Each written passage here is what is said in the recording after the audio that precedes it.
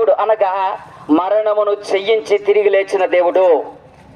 ఆయన మరణాన్ని గెలిచాడు, మరణాన్ని గెలిచి మరణాన్ని జయించి తిరిగి లేచాడు, సజీవుడై పరలోక రాజ్యానికి వెళ్ళాడు. ఆయన అంటాడు, నేను మరలా వస్తాను, నా యందు ఎవడు విశ్వాసం ఉంచుతాడో వాడిని తీసుకుని వెళ్ళడానికి నేను మరలా మీకోసం వస్తానని చెప్పాడు మా ప్రభు అయిన యేసుక్రీస్తు.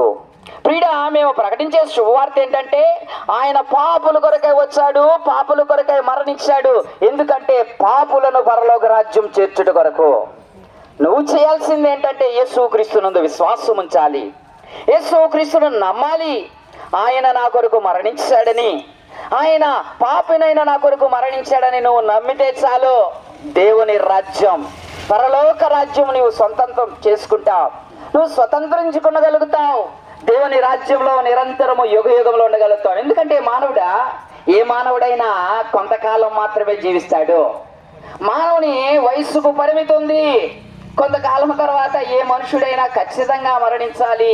కన్ను మూసే రోజు ఒకటి ఉంది ప్రియుడా, కన్ను మూసే రోజు ఒకటి ఉంది. ఆ రోజున అంతము, అదే అంతం అనుకోకు ప్రియుడా, అది అంతము కాదు, అదే నిజానికి ఆరంభం, అదే నిజానికి నిత్య జీవము నీకు కలగజేసే రోజు గనుక నువ్వు యేసునందు విశ్వాసం ఉంచితే నిరంతరం పరలోక రాజ్యంలో ఉంటావు. ఒకవేళ ఆయన యందు విశ్వాసం ఉంచకపోతే, ఆయనను నమ్ముకునకపోతే, నీకు ఒక మాట తెలియజేస్తున్నాను, పాతాళము, నరకము, అగ్నిగుండము అనేది నీ కొరకు ఎదురు చూస్తుంది. దాంట్లో నువ్వు ఖచ్చితంగా ఎంతో వేదనతో నిండేవాడు ఉంటావు. ఎందుకంటే పరిశుద్ధ గ్రంథం ఆ రీతిగా సెలవిచ్చింది, దేవుని మాట ఆ రీతిగా సెలవిచ్చింది. నమ్మి బాప్తిసం పొందిన వాడు రక్షించబడును, నమ్మి యేసును నమ్మి బాప్తిసం పొందిన వాడు రక్షించబడును. యేసును నమ్మకపోతే వారికి శిక్ష అనగా నరకాగ్ని ఉందని పరిశుద్ధ గ్రంథం తెలియజేస్తుంది. ప్రియుడా, ఇది మంచి సమయం, నువ్వు దీని కొరకు ప్రయాసపడాల్సింది ఏం లేదు. యేసుక్రీస్తు నమ్ము, ప్రభువా నన్ను కరుణించు, నేను పాపిని, చిన్న మాటలే నిన్ను పరలోక రాజ్యము చేర్చేవిగా ఉంటాయి. మాట్లాడలేవా? దేవుని అడగలేవా? దేవుని అడిగితే నిత్య రాజ్యం నీ సొంతమవుతుంది. రా యేసయ్య దగ్గరకు, ప్రభు యేసునందు విశ్వాసం ఉంచు, అప్పుడు నీవు నీ ఇంటి వారు గొప్ప రక్షణ పొందుతారు. ప్రభు మిమ్మల్ని దీవించి ఆశీర్వదించును గాక. ఆమేన్. లైన్ లోకి వచ్చేయండి. మిగిలినటువంటి వాడు బయట ఉన్నారు కొంతమంది, చిన్న బిడ్డలు కూడా లైన్ లో వచ్చేయండి. ప్రార్థన. మరి మన్నపేట నుండి వచ్చినటువంటి సోదరుడు సోల్మన్ రాజు గారు ప్రార్థన చేస్తారు. అందరూ కూడా మనం కళ్ళు మూసుకున్నాము, అందరూ కూడా ఏకీపించాలి ప్రార్థనలో.